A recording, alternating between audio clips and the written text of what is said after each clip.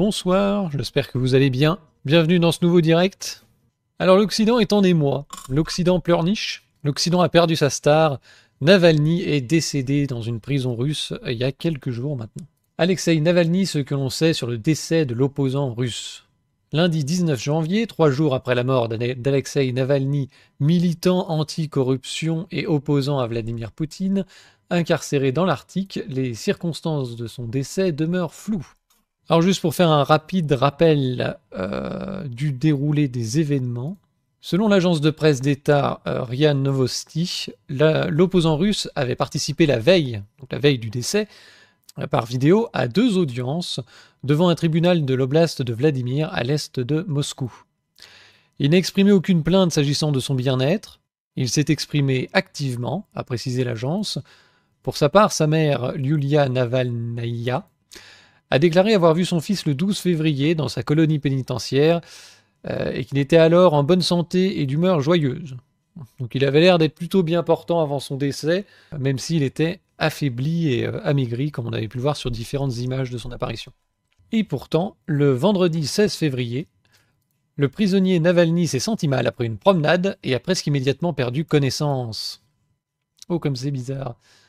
Le personnel médical de l'établissement est arrivé immédiatement et une équipe de secours d'urgence a été appelée.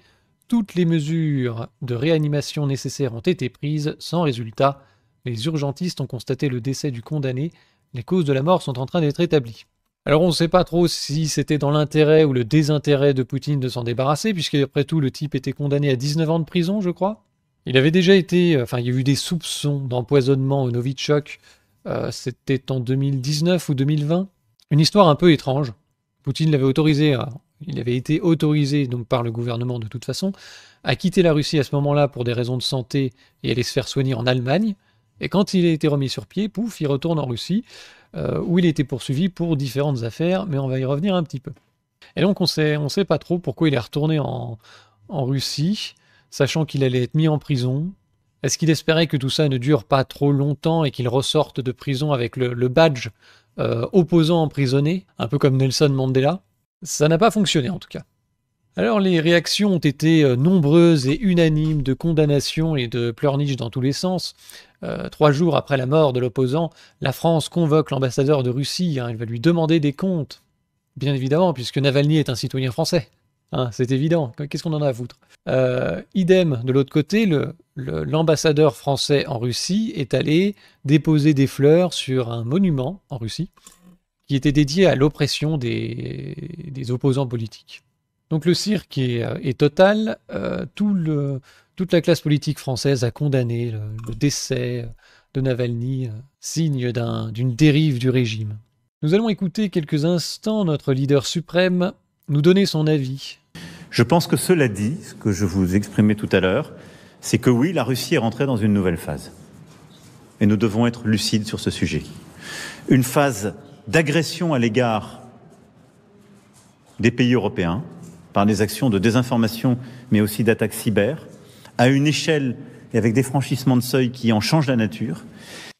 Alors là, on va quand même faire une pause, parce que ce qu'il dit est quand même intéressant, c'est que Poutine n'est pas seulement l'agresseur de l'Ukraine, il est l'agresseur des pays européens, et non pas à travers des bombardements ou une invasion, mais à travers des attaques cyber, mais à une ampleur qui en change la nature. Donc en fait, ce que dit Macron, c'est qu'il le vit comme une déclaration de guerre, quoi. En pleine paranoïa, il y a un peu de ça. Et de durcissement dans son pays, à quelques semaines d'une échéance électorale, où au fond, une forme d'impunité s'est installée. Tuer un opposant, ils le font. Interdire les autres candidats, ils le font. Je vois cela comme un révélateur. Évidemment, nous demandons à la Russie de faire toute la lumière sur les circonstances de ce drame, en tout état de cause. Voilà, c'est un révélateur. On va revenir sur cette histoire de il tue les opposants. On va revenir là-dessus. On me demande, est-ce que tu penses probable le fait qu'il soit un agent occidental? C'est justement ce dont on va parler ensuite. On va revenir après sur les propos de Macron. Vous allez voir, c'est édifiant quant à la situation en Ukraine. Alors ici, Philippe Murer nous partageait une fiche de préparation à une émission dans laquelle sont résumées différentes affaires qui concernaient Navalny, des affaires de corruption notamment. Il y a la privatisation d'une usine d'alcool, privatisée pour une bouchée de pain. Interpol avait lancé un mandat d'arrêt international, il semblait impliqué. L'affaire Kirovlies, une société forestière, là aussi un problème de détournement de fonds, a été condamné à 5 ans de prison. L'affaire Yves Rocher aussi, il aurait escroqué Yves Rocher, la branche Yves Rocher en Russie. Mais c'est un peu bizarre parce que Yves Rocher n'aurait pas porté plainte, ce serait le gouvernement russe qui se serait saisi de l'affaire et aurait poursuivi Navalny dans cette affaire. Et il y a tout un micmac politique pour savoir s'il s'agit effectivement d'affaires que le gouvernement russe lui met au cul pour pouvoir le salir et aussi lui interdire de se présenter aux élections, ou s'il y a effectivement des motifs légitimes dans ces différentes affaires juridiques qui lui ont collé au basque. Par contre, ce qui est beaucoup plus certain, c'est que Navalny, dans les années 2000 jusqu'à 2010 à peu près, il a tenu quelques propos légèrement racistes à l'encontre des Russes caucasiens qu'il appelait les cafards. Pour les ressortissants d'Asie centrale, c'était des rats. Et ici, on a une magnifique vidéo de Navalny qui participe à une manifestation avec des gens qui sont d'obédience, on va dire, légèrement d'extrême droite. Моим сторонникам, которые удивлены, я хочу сказать вещь, что удивляться не нужно. Я 4-й год подряд хожу на русский марш. Им стоит бояться! Им стоит бояться! Да! Donc là, ça casse un petit peu le mythe de la dénazification ukrainienne ou dans les pays de l'Est. Parce qu'il y a aussi des petits soucis de nostalgie avec le Troisième Reich au niveau de la Russie, et qui n'ont rien à envier à ce qu'on peut voir en Ukraine.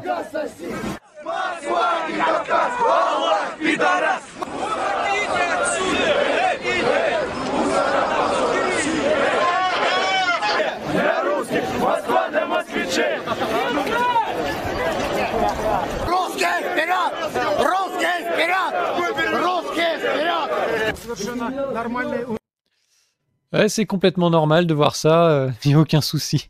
Bref, ils ont juste un rapport un peu différent d'une autre à l'histoire, voilà tout, c'est rien. Navalny avait donc quelques petites incohérences avec l'extrême droite. On peut aussi retrouver sur le net des clips vidéo promotionnels complètement racistes. Traitait les gens comme des caries, où il fallait exécuter une certaine partie de la population, notamment les musulmans, les Tchétchènes. Et puis, il y a eu un virage. Un virage à partir des années 2010 à peu près. Il a vu le Seigneur, il a vu la Vierge, il a rencontré Jésus dans une université américaine, évidemment. Navalny a donc participé au programme des Young Fellows de l'université de Yale. Alexei Navalny est le chef de l'opposition russe? Non. Et le fondateur de la Fondation Anticorruption. Il est devenu célèbre pour ses enquêtes anticorruption contre des sociétés d'État et des hauts fonctionnaires russes. Alexei a participé à l'élection présidentielle russe de 2018, où il se garde bien que le mec a fait 3%. Le meilleur score de Navalny, c'était aux élections municipales à Moscou, qui a la plus forte tendance occidentale de la Russie. Et là-dessus, il avait fait 30%, je crois, aux élections municipales à Moscou. Donc c'est pas vraiment le premier opposant à Poutine, contrairement à ce qui est présenté, c'est plutôt le Parti communiste. Alors c'est con, parce que ça reste des gens plutôt nationaux, et on n'a pas trop envie de soutenir les communistes. Et puis les autres partis qu'il y a en Russie sont plutôt des petits partis de droite, à tendance nationale, voire nationaliste, en tout cas patriote. Pas vraiment le genre à venir sucer la bite de l'oncle Sam et de l'Union européenne. Alors forcément, Navalny, c'est le premier opposant à Poutine qu'on aime bien. C'est ça qu'on a oublié de préciser. Alors, donc ils essaient quand même de faire mousser sa participation à cette élection présidentielle où il n'avait fait que 3% en disant que au cours de cette campagne, il a ouvert 81 sièges régionaux dans tout le pays. 41 d'entre eux sont actuellement opérationnels. Il y a un représentant de son parti qui doit bosser dans la cave de ses grands-parents et ils appellent ça un siège régional, quoi. Ce qui fait de son réseau la plus grande organisation d'opposition en Russie. Ça m'a l'air d'être complètement faux, mais c'est pas grave. En août 2020, Alexei a été attaqué avec un agent neurotoxique Novichok par un agent russe. Eux, ils sont au courant, ils savent. Puis condamné à 9 ans de prison dans une colonie pénitentiaire à sécurité maximale pour fraude et usage et outrage au tribunal. En raison de fausses affaires pénales, il est désormais privé de droit à participer aux élections, malgré le fait que la Cour européenne des droits de l'homme a annulé ses condamnations. La chaîne YouTube d'Alexei Navalny, sa principale plateforme de médias sociaux, compte 3,5 millions d'abonnés. Il est vrai qu'il était relativement bien suivi quand même sur Internet, par rapport au fait d'avoir fait que 3% aux élections présidentielles. Ces vidéos faisaient souvent plusieurs millions de vues, alors qu'elles étaient en langue russe. Alors après, on va pas soupçonner que les vues sont achetées. Il y a quand même 140 millions d'habitants en Russie, donc faire 3, 4, 5 millions de vues, on y arrive quand même assez bien.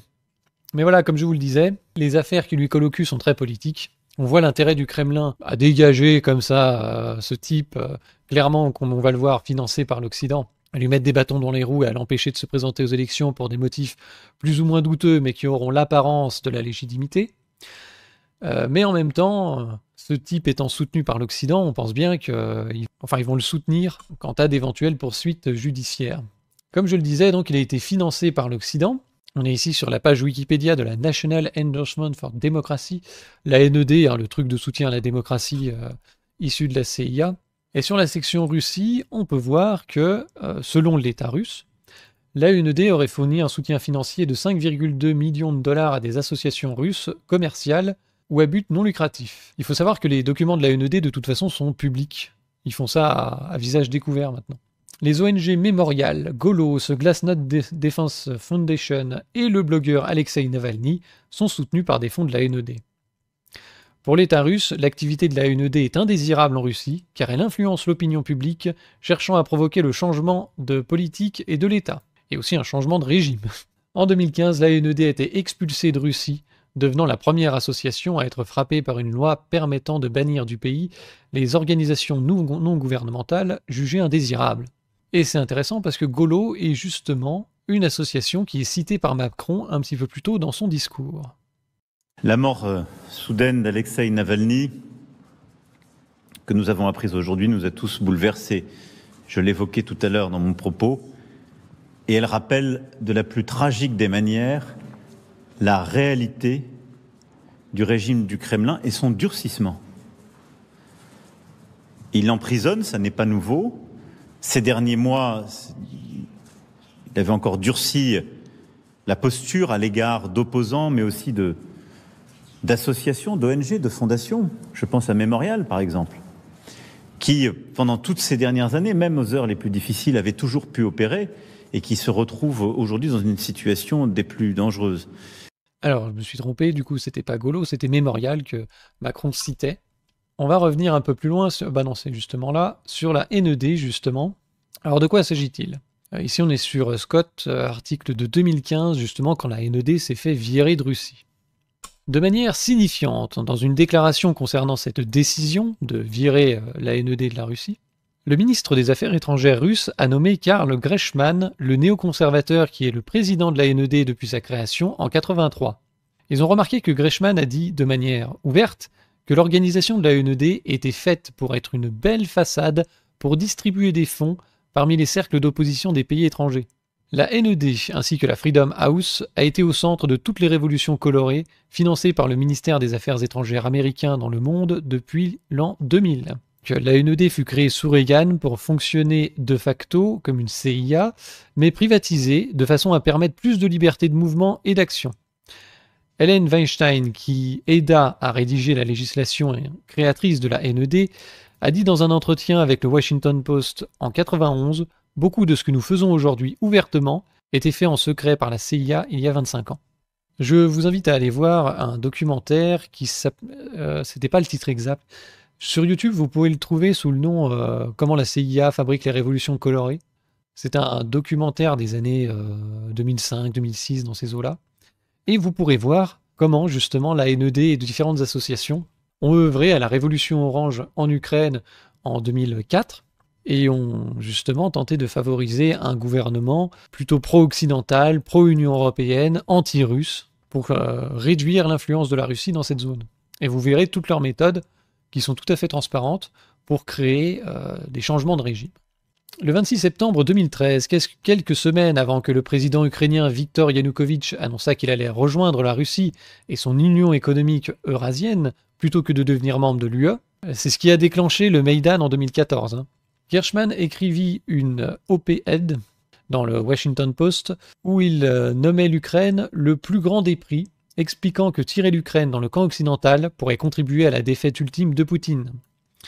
Il écrivait « Le choix de l'Ukraine de rejoindre l'UE va accélérer la chute de l'idéologie de l'impérialisme russe que Poutine représente.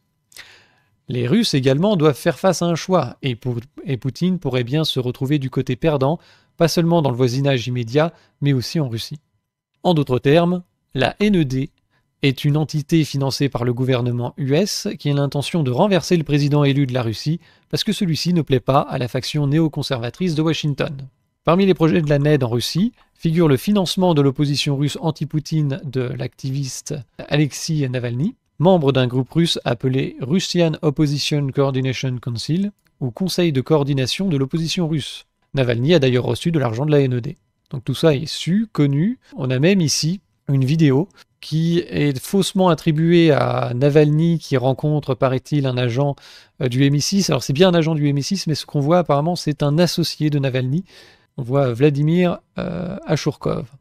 Et dans ce petit extrait, on va voir cette personne rencontrer un agent des services secrets britanniques et qui va lui parler d'une recherche de levée de fonds. Voilà, si on avait plus d'argent, on pourrait élargir nos opportunités. Juste un peu d'argent. Si quelqu'un voulait bien dépenser, je sais pas, 10 ou 20 millions de dollars par an en nous soutenant, on verra une grosse différence dans le tableau. Et c'est pas beaucoup d'argent.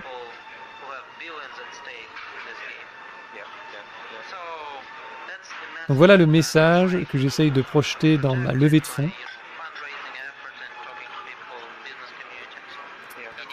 Et il dit j'essaye de parler à des gens de la communauté du business, des hommes d'affaires et d'autres. On doit jouer à un autre jeu d'échecs. Voilà, protestation de masse, initiative civile, et on va établir des contacts avec l'établissement local pour expliquer que tout va bien aller pour eux. Voilà, on est des gens responsables, on va pas casser tous leurs biens, on va pas les voler, et des trucs comme ça. Donc voilà en gros ce que faisait l'associé de Navalny. Il préparait des protestations de masse, propagande, préparation au terrain au changement de régime, on va aller draguer l'élite locale, et puis il nous faudrait 10 ou 20 millions, et puis sous-entendu, est-ce que tu pourrais m'aider dans ma levée de fonds? Est-ce que tu pourrais me mettre en contact avec des gens qui auraient des sous? Et comme ça on pourra faire un changement de régime en Russie. Donc après, il ne faut pas s'étonner si le type se fait dégager, si les associations, si ces ONG se font sortir de Russie, sachant que cet article nous le mentionnait à la fin. La Chine aussi avait pris une décision identique. Elle a signé une loi sur The Overseas NGO Management Law qui restreint les ONG étrangères sur son territoire. En octobre dernier, la même NED a financé les manifestations de la révolution des parapluies à Hong Kong. La NED finance directement les séparatistes ouïghours de la province chinoise du Xinjiang, qui est comme par hasard le carrefour de tous les oléoducs et gazoducs majeurs venant de Russie et de Kazakhstan. Oui, parce que y a des problèmes au Xinjiang, mais la démocratie, on n'en a rien à foutre. Hein. C'est toujours là où il y a du pétrole, du gaz, qu'il y a ce genre de questions de changement de régime. Donc Navalny était évidemment, dans une certaine mesure, un agent occidental, en tout cas le poulain des occidentaux dans le pays, le premier opposant pro-occidental à Poutine. C'est pas forcément un grand ami de la démocratie, quoi. C'était le type qu'on voulait mettre à la place de Poutine, et on voulait pas forcément le parti communiste, on voulait pas forcément les autres, et donc on est très choqué du comportement de la Russie, qui interdit les opposants, qui met les gens en prison. Le problème, c'est que on soutient des choses en Ukraine, un gouvernement en Ukraine qui ne fait pas autre chose que ça. Donc on va voir un peu le florilège de ce qui se passe en Ukraine actuellement, au niveau des opposants, au niveau de la politique, au niveau justement de la liberté d'expression. Fermeture brutale du Kiev Post, l'un des plus anciens journaux du pays. Donc en Ukraine, le secteur des médias connaît une onde de choc depuis l'annonce le 8 novembre 2021, donc c'était même avant la guerre, l'un des plus anciens journaux du pays, créé en 1995 et qui est la seule publication de dimension internationale sur le pays. Le Kiev Post est un hebdomadaire anglophone, un média à la tonalité farouchement pro-ukrainienne, libérale, démocrate, pro-occidentale, Seulement le Kiev Post n'a jamais hésité à critiquer les pouvoirs en place, une indépendance éditoriale que le propriétaire du Kiev Post semble peu goûter puisqu'il a congédié lundi toute sa rédaction. Allez hop, ça dégage.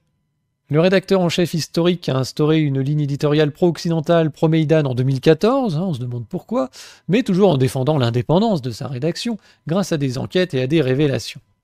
Un média longtemps dans le viseur des oligarques et des présidents. Forcément, les oligarques et les présidents ont tous rêvé de se débarrasser du Kiev Post et de son journalisme exigeant. Mais la rédaction a toujours tenu bon, jusqu'à lundi, quand son propriétaire, Adman Kivan, un homme d'affaires ukrainien d'origine syrienne ayant fait fortune à Odessa dans la construction, a licencié sans préavis les 50 journalistes de la rédaction sous prétexte d'une restructuration. On va mettre des gens qui pensent correctement. Selon une source interne, cet homme d'affaires ambitieux rêve de se construire un empire médiatique digne des oligarques. On verra dans le prochain sujet qu'il va avoir quelques difficultés. De nombreux journalistes voient aussi dans cette affaire l'ombre de l'entourage de Zelensky, un président qui supporte de moins en moins les critiques de la presse et dont l'équipe a commencé à s'en prendre aux médias indépendants ainsi qu'à la télévision publique. Il n'est donc pas étonnant que l'une des premières mesures qui ait été prise avec l'invasion russe est d'interdire, tout simplement, la presse de couvrir les discussions du Parlement. C'est interdit, c'est finito, vous n'avez plus accès.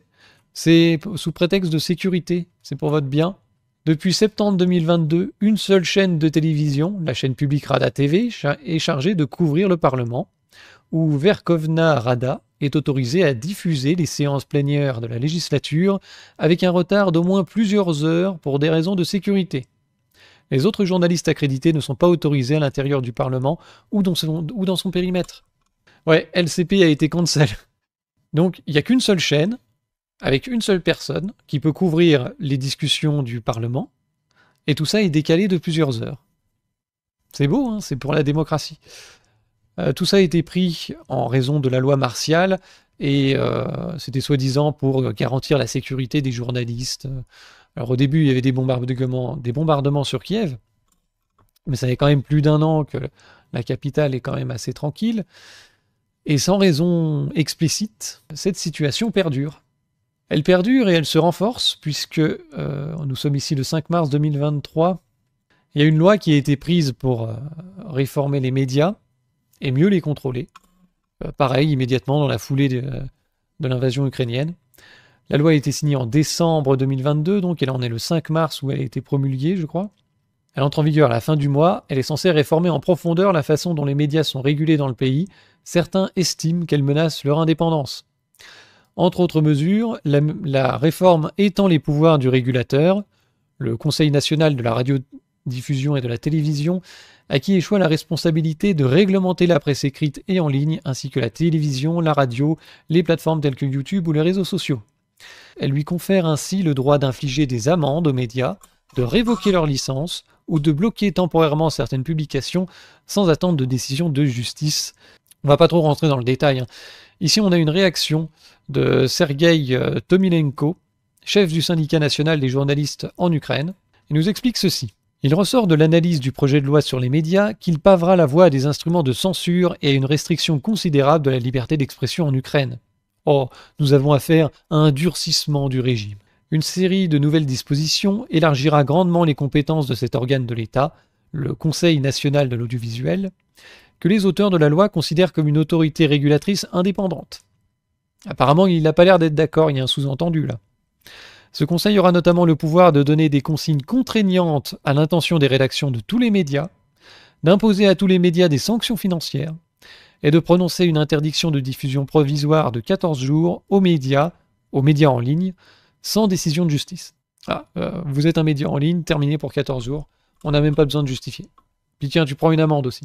Quand tu reviendras au boulot, on t'expliquera, on te donnera des consignes contraignantes sur la rédaction. C'est beau, hein, c'est la liberté d'expression. Alors entendu, le pays est en guerre, mais ça s'applique aussi à la Russie ou pas? Coup dur pour les opposants en Ukraine. L'Ukraine interdit 11 partis politiques d'opposition accusés d'être pro-russes. Oh, ils sont accusés de collaborer avec la Russie. Alors la plupart sont des petits partis. Dans cette liste, on retrouve 2 partis présents à la Rada, et d'ailleurs leurs députés sont toujours présents dans le Parlement. Alors forcément, ils ne pourront pas se représenter ou pas sous la même étiquette. Hein. Donc le premier est en plateforme d'opposition pour la vie. Je ne sais pas ce que c'est leur nom de parti, mais ils sont bizarres. deuxième force politique du pays avec 43 sièges.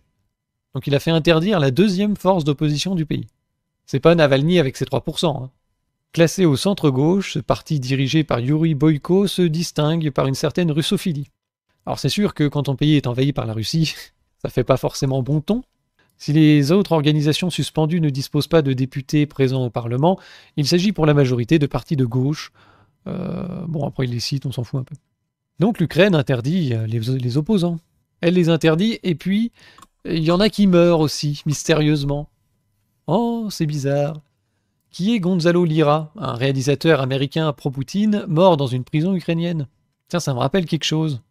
Mais j'ai pas entendu Macron venir à la tribune nous expliquer qu'il était choqué d'apprendre qu'il y avait un journaliste, ou en tout cas un cinéaste américano-chilien pro-Poutine qui meurt comme ça emprisonné. Alors il a été emprisonné en Ukraine pour diffusion de propagande russe, et il y est mort.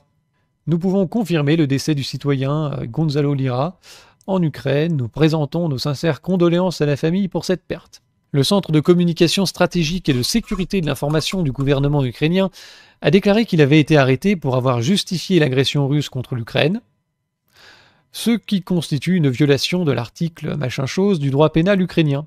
Il a été emprisonné une première fois en mai 2023, il a été libéré sous caution, puis a été de nouveau emprisonné pour avoir posté une vidéo laissant entendre qu'il allait quitter l'Ukraine, ce qui enfreint les conditions de sa mise en liberté sous caution. Le média américain a également rapporté que Gonzalo Lira avait publié de nombreux messages controversés avant d'être arrêté par les autorités ukrainiennes, notamment qualifiant le président Zelensky de cocaïnomane et en faisant l'éloge de l'opération militaire spéciale de Poutine. Je sais pas si c'est controversé le fait que Zelensky soit un cocaïnomane, c'est quand même assez avéré. Alors, selon nos confrères américains, Gonzalo Lira avait déclaré qu'il avait été torturé par des détenus lors de son séjour en prison, une information démentie par les autorités ukrainiennes. Dans une lettre qu'il aurait envoyée à sa sœur dévoilée par le New York Post, le réalisateur affirmait souffrir d'une double pneumonie, d'un pneumothorax, d'un œdème sévère au poumon. Et il allait pas fort, quand même. Dans cette lettre, Gonzalo lui-même affirme avoir été pris en charge pour une simple pneumonie et avoir subi une intervention pour réduire son œdème. Des informations qui n'ont pas pu être vérifiées, les causes officielles de sa mort n'ont pas été annoncées. On s'en fout. Quand Navalny meurt en prison, c'est très grave, mais celui-ci, tout le monde s'en fout. Est-ce qu'il n'y aurait pas un léger deux poids deux mesures, une certaine hypocrisie? On va reprendre ce que disait Macron. Une forme d'impunité s'est installée. Tuer un opposant, ils le font. Interdire les autres candidats, ils le font. C'est exactement ce qui se passe en Ukraine. Alors on peut toujours discuter du bien fondé de ce type de décision quand on est en conflit ouvert avec un pays, avec la Russie. Est-ce qu'il faut conserver les mêmes règles de liberté d'expression? Est-ce qu'il faut continuer à autoriser certaines personnes favorables à l'envahisseur de se présenter aux élections? Mais alors du coup, ça marche aussi dans les deux sens. Est-ce qu'on peut autoriser Navalny à participer aux élections alors qu'il est entièrement soutenu par des gens qui soutiennent l'Ukraine et qui font la guerre aux Russes? Ça se discute. Mais le deux poids deux mesures est en tout cas tout à fait dégueulasse. Et il y a en tout cas un sujet qui ne prêtera pas à controverse, qui est le cas de Assange. Assange qui est enfermé en prison, et qui a été séquestré entre guillemets dans l'ambassade d'Équateur, je crois, au Royaume-Uni pendant des années, avant d'être finalement incarcéré. Et là, il est en attente, ça se discute en ce moment, le dernier recours est en ce moment, pour savoir s'il va être extradé ou non aux États-Unis, où il risque 175 ans de prison, pour avoir divulgué des informations. Julian Assange, fondateur de Wikileaks, mourra s'il est extradé, avertit son épouse. Alors je pense que la plupart d'entre vous connaissez l'histoire. Hein. Il a diffusé, à partir de 2010, plus de 700 000 documents confidentiels sur les activités militaires et diplomatiques américaines, en particulier en Irak et en Afghanistan. Il a révélé pas mal de choses, je crois, sur les prisons secrètes de la CIA, sur le fait qu'il torturait des gens dans des avions pour être en dehors des juridictions. Quand il chopait des gens en Europe, il les foutait dans un avion, l'avion circulait dans le ciel et comme ça il se permettait de faire à peu près ce qu'il voulait. Il y avait aussi des petits problèmes à Guantanamo. Et puis, nous avons Cohen. Cohen qui nous parle de Julian Assange, c'était il y a 3 ans, en 2021. Dans une émission, on va voir un petit peu ce que lui, quelle considération il a pour la liberté d'expression, la liberté d'information et de la presse. Par des gens qui font de la politique et pas du droit. Donc aujourd'hui, il y a une oui, d'ailleurs, là, en termes de procès politique, on va écouter ce que disait son avocat. Se réjouir ou pas se réjouir, moi j'appelle Trump à le gracier. Maintenant, de dire ça, c'est quand même complètement dingue. C'est-à-dire que la vie de quelqu'un relève du pouvoir souverain d'une personne. Et se demander si en fait Biden va suivre la politique d'Obama ou va suivre finalement une autre politique, c'est déjà démontrer que ce n'est pas un crime ordinaire qu'on poursuit, c'est un crime politique. Et à partir de là, que les décisions qui sont prises dans ce dossier sont prises par des gens qui font de la politique et pas du droit. Donc aujourd'hui, il y a une juge qui a fait un peu de droit. On peut ne pas en être d'accord, on continuera à mobiliser des arguments. Mais je pense que ce qui est au cœur de tout ça, c'est le droit à chacun d'être librement informé. Et c'est pour ça que c'est pas la le liberté dossier de la presse. Alors, avant de poursuivre, on va revenir sur les différentes affaires de Navalny qui sont présentées comme des affaires politiques instrumentalisées par le Kremlin pour se débarrasser d'un opposant. Et là, qu'est-ce qu'on voit dans le cas d'Assange? C'est que son avocat lui-même, il nous dit il y a des enjeux politiques, c'est très politicien, les affaires qu'on colle au cul de Assange. C'est pour se débarrasser de lui. On ne peut pas l'exécuter sommairement, donc on lui fait des procès complètement orientés politiquement pour le foutre en taule la vie et le laisser crever, le laisser pourrir dans une prison. Donc pour Navalny, c'est très grave, c'est le signe de l'autoritarisme poutinien, etc. Mais quand c'est Biden qui fait ce genre de choses, tout d'un coup c'est la démocratie. On va écouter ce que Cohen nous explique justement sur les limites du droit à l'information. C'est la liberté. reconnu en partie la juge anglaise. Bien sûr, mais c'est pas la liberté de la presse, pardon. C'est le droit à l'information. Qui pense que les informations qui ont été divulguées par Wikileaks ne sont pas des informations vraies? Elles sont en grande partie d'intérêt général, jusqu'à un certain point, quand Assange et Wikileaks ont commencé à diffuser des sources qui ont mis des gens en danger, notamment en Afghanistan, quand les emails du Parti démocrate et d'Hillary Clinton, ce qui a fait battre Clinton, et Trump devrait remercier Assange pour avoir contribué à faire battre Hillary Clinton, ont été divulgués. Là, on n'était plus dans l'intérêt général. Sauf que vous avez suivi que l'administration américaine elle-même a abandonné cet argument pendant l'audience, puisqu'elle est incapable de fournir l'identité de gens qui auraient effectivement été mis en danger. Ça veut dire il n'y a pas la preuve absolue que ce soit Wikileaks, mais il y a de très fortes présomptions. Il y a des fortes présomptions, donc on peut considérer que c'est vrai. Allez, ça ira. Donc il a répondu sur la partie afghane, où effectivement, il n'y a jamais eu de preuve que les informations divulguées par Wikileaks aient pu mettre en danger des agents américains. Donc en ce qui concerne la défaite de Clinton en 2016, c'est quand même se foutre de la gueule du monde de dire que informer correctement sur les intentions, les arrière-pensées, la pensée même d'un candidat participe à la défaite et qu'il ne faudrait pas informer correctement les électeurs pour faire gagner Clinton, c'est quand même vachement douteux. Le problème n'est pas la diffusion des mails de Clinton, c'était le contenu. Donc on voit toute l'hypocrisie qu'il y a encore derrière cette affaire Navalny, où toute la scène politique française est venue pleurnicher sur le cadavre de ce gars, qui est en fait un agent occidental en Russie, qui a été financé par la NED, qui cherchait des financements pour créer des protestations de masse, etc. Et effectivement, il a rencontré un terrain favorable au décès prématuré dans une prison russe, ce qui n'est pas forcément très démocratique. Mais il me semble que la démocratie ne procède pas de mouvements subversifs financés par l'étranger. Et donc, quand ça se passe en Ukraine, ça gêne personne. Quand vous avez un opposant politique, une personne qui n'est pas d'accord avec le gouvernement en place, qui s'exprime, il finit en tôle, et il finit même par crever en tôle, c'est pas un souci. Les opposants peuvent être interdits de se présenter, c'est pas un souci. La presse peut être muselée, c'est pas un souci. Alors on peut toujours dire que le pays est dans une situation particulière parce qu'il est en guerre, soit, mais alors à ce moment, il faut que ça s'applique aussi à la Russie. Je vais vous montrer une image. C'était pas prévu. Il y a une espèce d'incapacité à se mettre à la place des Russes et à légitimer quelque chose qu'on trouve normal quand c'est le côté européen, côté ukrainien, et de trouver anormal, brutal, autoritaire quand c'est côté russe. On voit ici quelqu'un qui nous explique que si l'Ukraine tombe, la guerre viendra en Europe. Et on voit comme ça ce barrage, l'Ukraine, avec le drapeau rappelant les heures les plus sombres de notre histoire. Et les eaux vont ravager le joli village européen qui est de toute façon déjà bien détruit par l'idéologie européenne. Mais c'est pas grave. Est-ce qu'on ne pourrait pas inverser les deux drapeaux et mettre le drapeau de l'OTAN et le petit village ce serait la Russie? Est-ce que ça marcherait pas de la même façon? Quand de 2014 à 2022, il y a quand même eu la guerre dans le Donbass, avec un gouvernement ukrainien plus ou moins radicalisé quand même, soutenu par les Occidentaux, financé, armé par les pays de l'OTAN, pour aller faire la guerre dans le Donbass. Est-ce que les Russes ne sont pas légitimes à se dire, mais si le Donbass tombe, après c'est chez nous. Donc qu'est-ce qu'on fait? Est-ce que ce type de raisonnement aussi ne serait pas légitime?